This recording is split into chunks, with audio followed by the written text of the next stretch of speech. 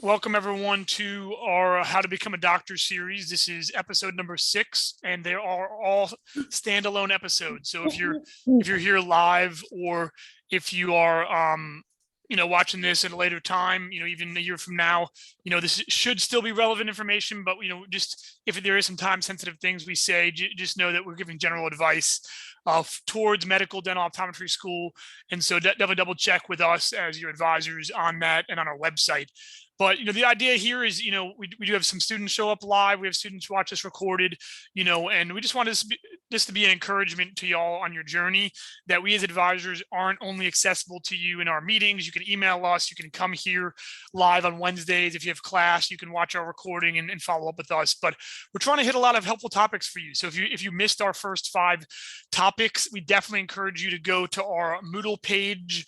You can find that on our website at the lsu.edu/science website under the pre-med tab. So, go look at the How to Become a Doctor recordings. We did 5 different episodes last fall. They're all 30-minute episodes. So, they're painless in the sense that they're not too long, but, it really is helpful information coming straight from the pre-med advisors, pre-dent advisors right here at LSU. And so we hit topics last year. We talked about the competitive applicant. We talked about your timeline to medical and dental school. We talked about where do you find good resources you can trust? How do you get that clinical experience that's going to set you up for admission? And then our last topic was deciding what schools to apply to. So we're not going to be hitting those topics. We are teaching on a different topic today, but definitely encourage you to go back to that. But today, as I'm sure you know, the topic is post-bacs and gap years, which are two buzzwords. You may have heard gap year, you may have heard growth year, you may have heard post-bac or special master's program. So you're going to hear that a lot, and we're going to, try to give you an overview of those, not comprehensive, but just a flyover view, and then we'll take questions at the end for the second half of it that you may have. So we'll just start off with that. What is a post-bac? Well, you may have heard this term before. It means any coursework that you're completing to make yourself, to improve your record for professional school, that's after you finish your bachelor's degree. So if you graduate from LSU, you graduate from another college, and you have your bachelor's degree, and then do more coursework, that's considered post-bac. Now, there are some special programs that are post-bac programs that's designed especially to help you. So you can tailor make your own post-bac. So you could just do a few more classes at LSU after you graduate, or you can do a certificate or master's degree that typically is short, like 1 year, and you work hard, and maybe your GPA is not where you want it to be, and so you go do this 1-year master's program, 1-year certificate, or just some extra classes. And after that, you may, your GPA looks a little bit better. You're more competitive. You remove yourself from that freshman year, by 1 more year, and that might be a good idea for you. So, how many hours you take, that kind of depends on you. If you just need to pull up your GPA a little bit, it might just be 1 semester. A lot of people are familiar with the LSU New Orleans 32-hour rule, or really it's just 30 hours of coursework. So if you do 30 hours of post-bac coursework, after you graduate, and it's in BCPM, biology, chemistry, physics, math classes, then LSU New Orleans, states on their website. I'll share my screen for this. They state on their website that they will count that as your GPA. So you can find that on the 32-hour policy on LSU NOLA's website. But a lot of schools, they don't have a technical rule like this. But what they do have is, they do have the just the idea that you can take more classes, and they'll look at that master's degree, and they'll realize that that is the most recent version of you. So that might be the most helpful thing there. So that's the idea, is, you take however many hours until you can pull your GPA up. But remember, it's always a risk. So just because you're doing more hours doesn't mean that you'll necessarily do better. So think about, why didn't you get that GPA you wanted to get in undergrad? Were you too busy? Did you not have good study technique? Did you not get tutoring? Was it, your sleep schedule? Whatever it is you need to change, make sure you get that adjusted first, because if you're spending time and money towards some post-bac coursework, you want to make sure you're getting a higher GPA than you did in undergrad, and improve there. And so, just some things to think about as you're choosing a program would be location, where is it, time, how long it takes to do the degree, money in the sense of how much is the tuition, scholarships, how competitive is it to get into the program, and also just how just looking at, how does that program look to other medical and dental schools? Is that a competitive type program? Ask them about their numbers. So, I'm just going to show you on our Moodle page. Robbie, can you give me a thumbs up that you're seeing the Moodle page when I share the screen?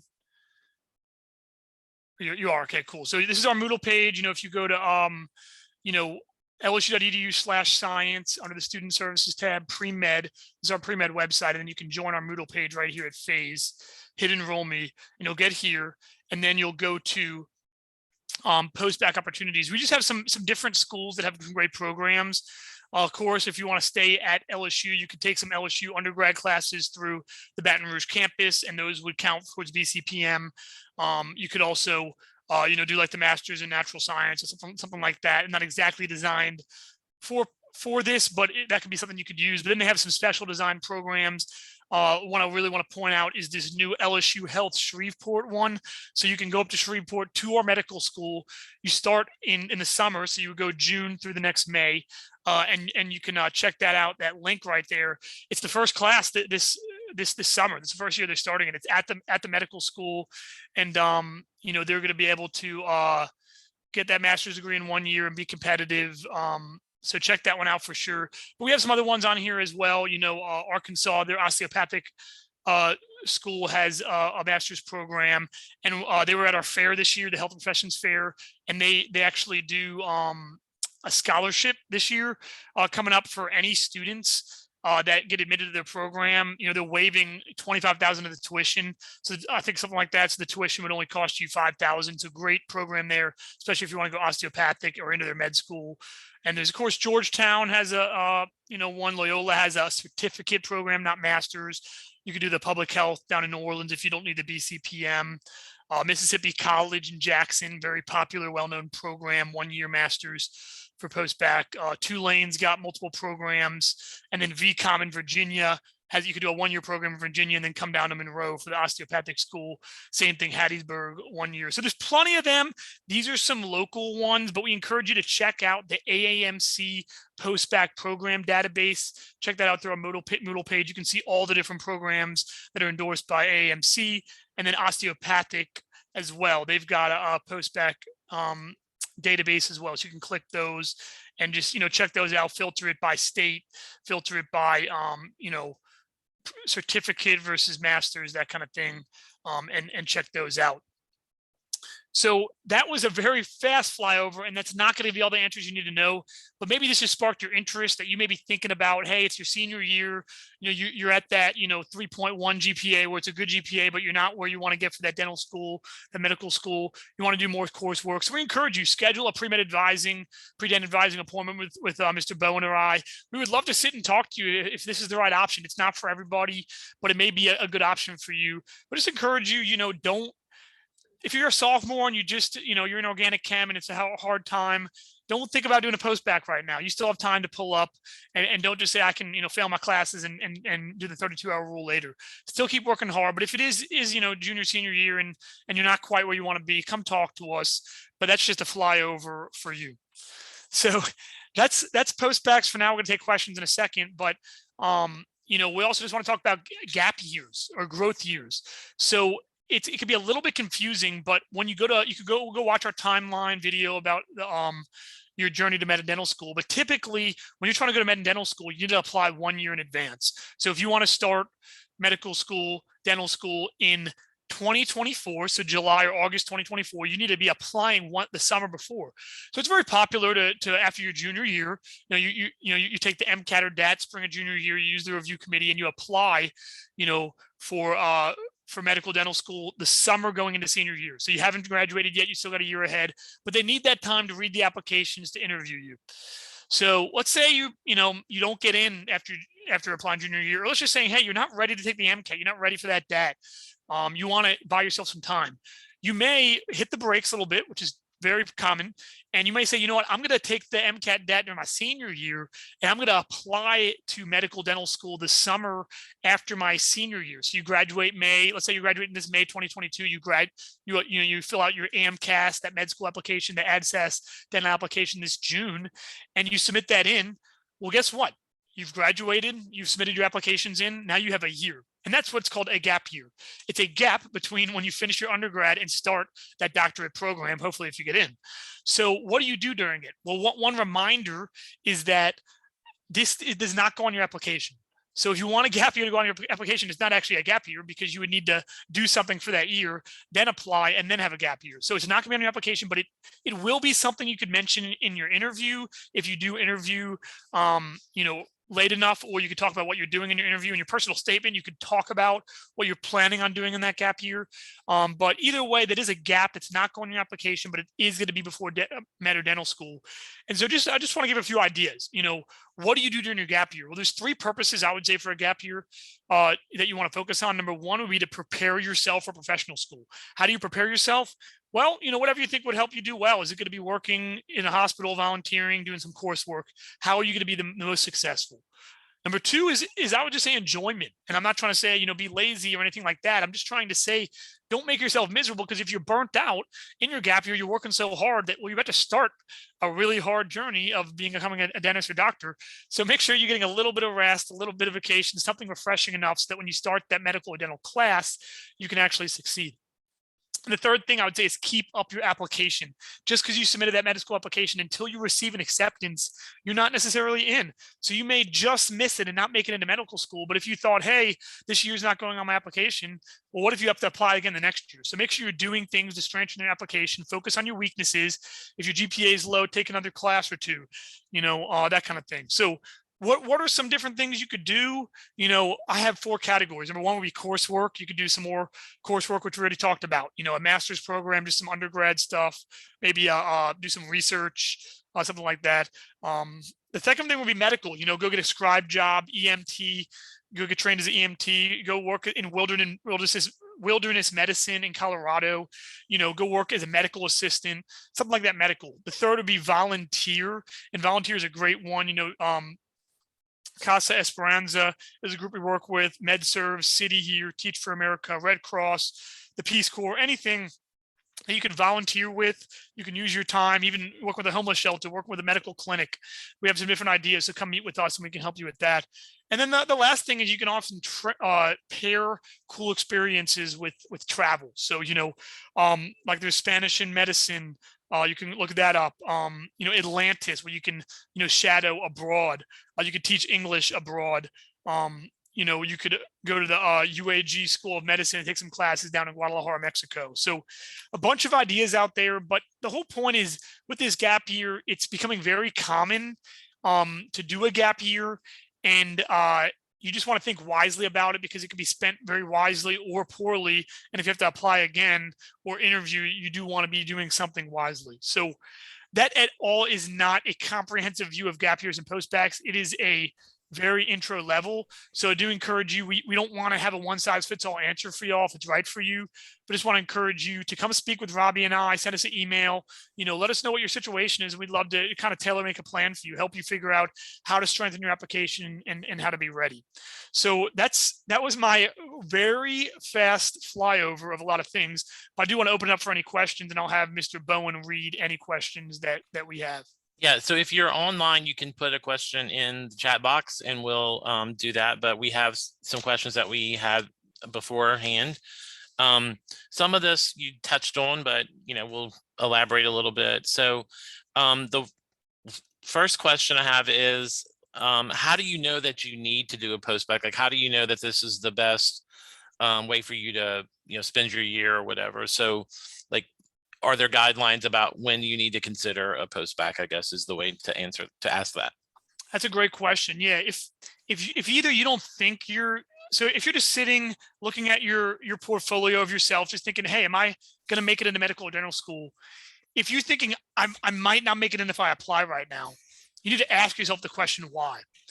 And if you don't think your application is strong enough because of your GPA, because of your coursework, that is the number one reason to do a postback.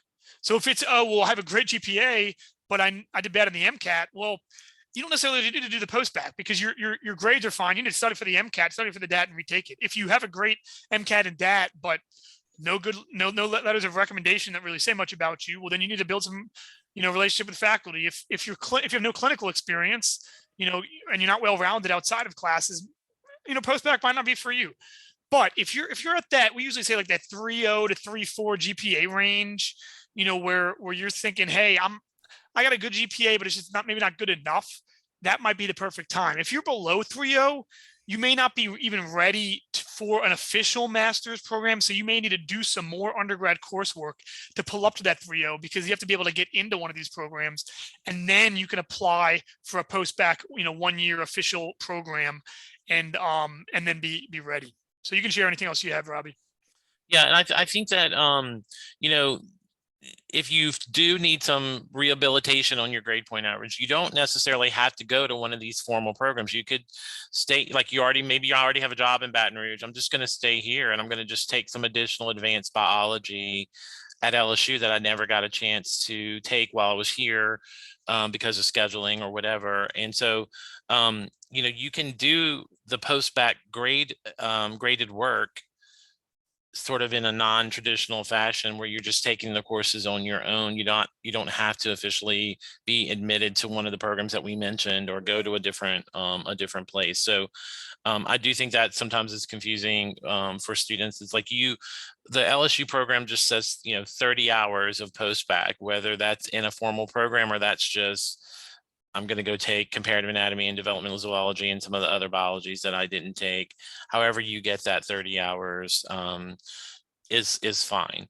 The programs are a little bit easier because it's already laid out for you and there's a set curriculum, and you're starting and finishing a program and you have hopefully something to show for that at the end. A lot of students will say, if I'm going to do 30 hours, I want to have something to show for it. So I want to get a master's degree, or I want to have some degree that comes along with that.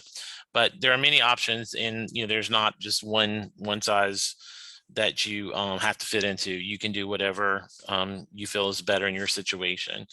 The next question deals with choosing the program. Like if you decided that you're going to do a post-bac, in choosing the program, what are some things that you should look for? What are some types of maybe questions to ask at the program when you're trying to make your decision? Yeah, it's a great thing. I think one thing is to figure out your values. You value location more because you need to stick around Baton Rouge, around family. Do you value, finances more? You need to find the most affordable program. Or another thing like the competitiveness. Well, okay, if you want to get into a certain med school or dental school, what kind of program is going to look best for them. So figuring some of those things out are going to be important. But when you look at the program, you want to look at the curriculum. That's going to be the number one thing. What classes are you taking? Are these the kind of classes that prepare you well? Do they count towards your science GPA, BCPM?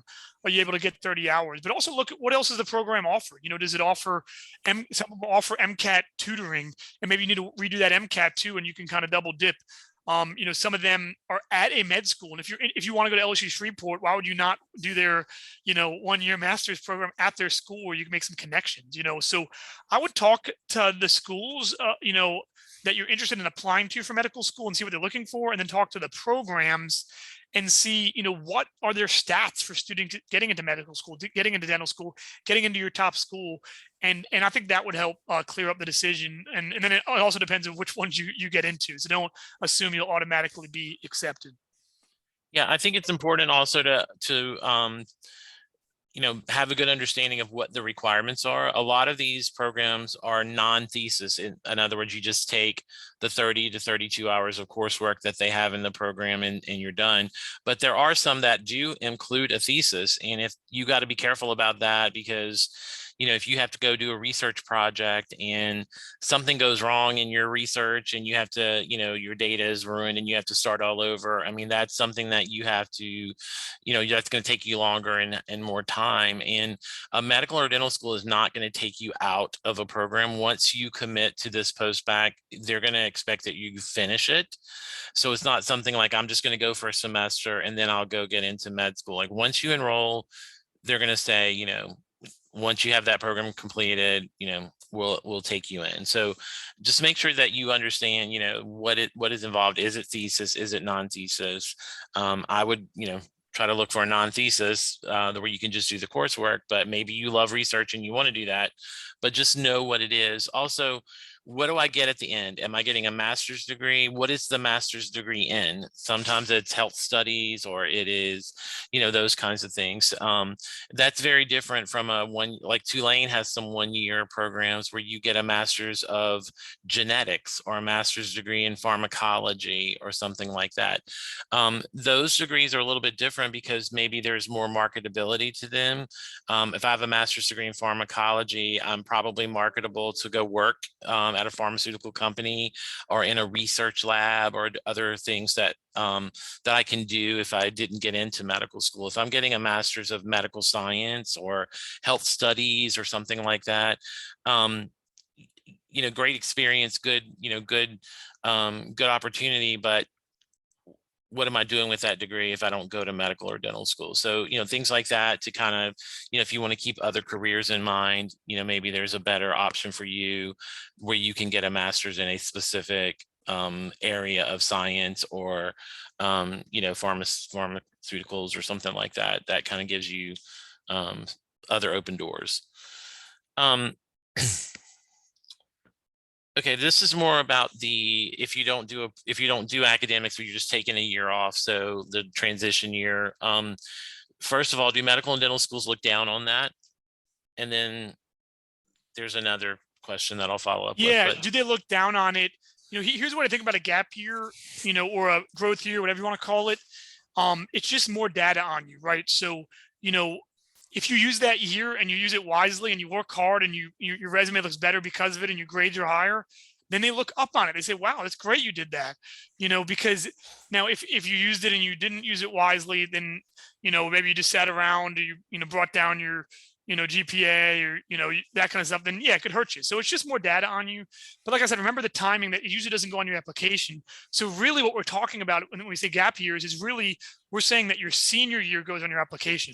So that's the big thing to think about is if you're a traditional applicant and you apply after junior year, your senior year is not in your application. Your senior grades are not in your application. So instead, the emphasis on the gap year is really, what are you doing your senior year? Because that's included now.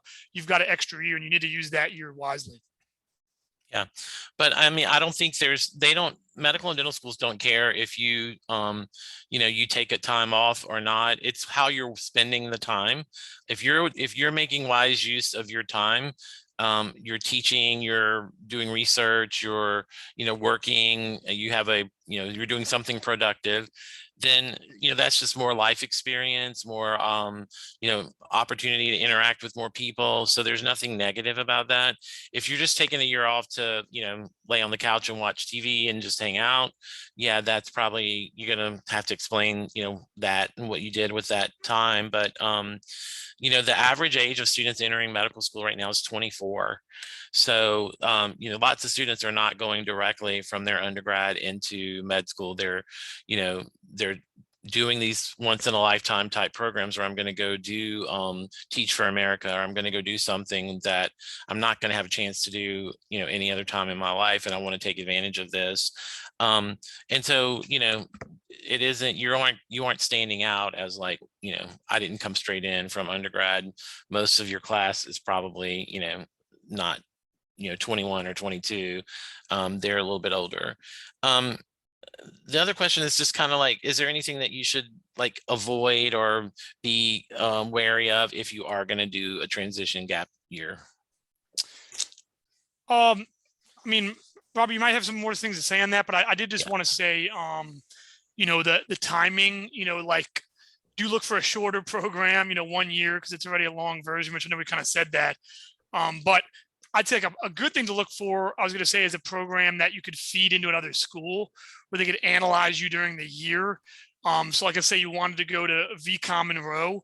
Well, you could go to the VCOM campus for your postback up there, and they can look at you during the year and you can get in for the next fall.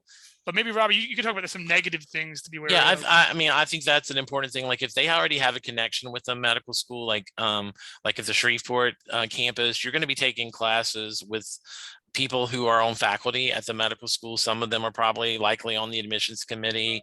You're going to be interacting with the medical students on the same campus. And so, those are things that are maybe a positive about a program, because you're you're getting a chance to let people see you and get to meet people and doing that. In terms of negative, I would just say not negative, but necessarily things to be cautious about. Again, you have to make sure it's something that you can get done in the calendar year.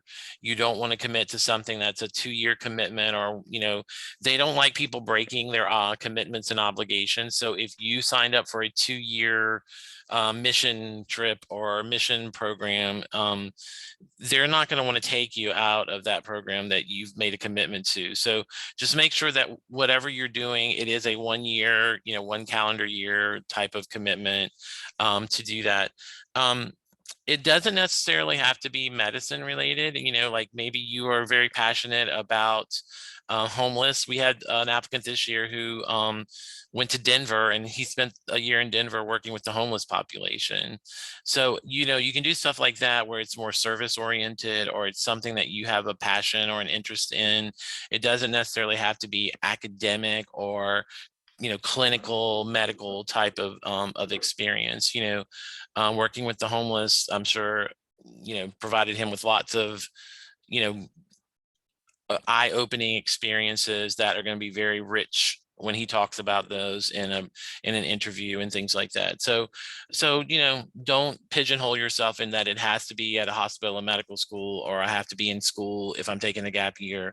There are a lot of ways to have a productive. We had a student one year who rode her bike cross country with Habitat for Humanity, and they every weekend they would do a build in some place, and then they would ride their bikes to another city and they would do it. And that was what she did for that year. And so it doesn't have to necessarily be, medicine related, what you're doing on your time off. If it's the academic issue that you're dealing with, then yeah, it probably does need to have classwork or whatever. But there are lots of ways to do stuff for a year that are meaningful in life, affirming, that aren't necessarily medicine related. Yeah, and I guess the other thing, that Robbie and I were talking about earlier as we're preparing for this, is to make sure you guys are here for interviewing if it's an in-person interview. So if you're, doing something abroad and you need to interview at a school that's not doing Zoom interviews, or you're not going to have access to online interviews, well, you need to be able to be here. If they call you up in October and say, hey, we want to interview you in 2 weeks, make sure the schools you talk to the schools before you whatever you do during your gap year, to make sure you can meet with them and interview for the school. And then also look at the start date, because some schools start in July, so if you have a commitment through into August, you want to make sure that you'll be there for the first day of class. So you can find that information on the MSAR of all the start dates. You can reach out to schools admissions offices. They're very happy to share that kind of information with you. Yeah. And so, always look, we always say, look for the positives. And that's, the last 2 years of horrible situations with COVID, one of the positives was with Zoom interviews, you literally could be anywhere in the world and still do your medical school interview. You didn't have to buy a plane ticket to come home from, Europe to come to an interview. And so, that was a positive, but it is something that you need to think about. I'm assuming that more students will be going back to in-person on campus interviewing in the fall. And so, those are types of things that you have to keep in mind when you're making a decision. Yeah. So, that's kind of what I had to say. Robbie, you have any more last comments before we turn the recording off? No, I think, you don't need to look at like a post-bac or something as like, a failure, or, I didn't do this. It's a, people have different pathways to med school. Some are very straight, some are very have lots of curves and bumps and hills. And, the bottom line is you're at the medical school as a first year student, and however you had to get there and whatever path you had to make to get there, 10 years from now, when you're a doctor, nobody's gonna care about that. So, if this is something you need to do, just, embrace it and be successful. Awesome. Yeah. Well, look, that was what we have for today, but definitely it's only a start. So we'd encourage you, come meet with us, send us an email, and we're happy to help you out individually. So thank you for watching today, and whenever you're watching, and we'll see you in 2 weeks at episode 7. Thanks.